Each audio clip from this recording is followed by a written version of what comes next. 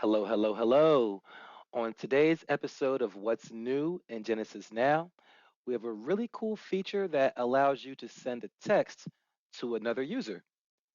Now, we already have the feature where you can send a text to your clients, but now you can actually send a text from within Genesis to any other user you have in your agency in case one of their clients called in and you needed to give them a message, or if you needed to communicate anything else at all, this is how you would do it. So we're going to go up here to the third icon on the blue ribbon, send a text. Okay.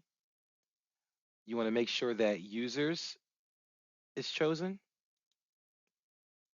And right now I have myself in here, Dante user. I'm going to send a message to myself that says test and then click send. Now, of course, this will only work if you have a mobile number associated with the user profile in Genesis. But just like that, they'll receive the text and it'll also be attached to the user profile. If you have any questions at all, please don't hesitate to reach out. I hope that was helpful. Have a great day.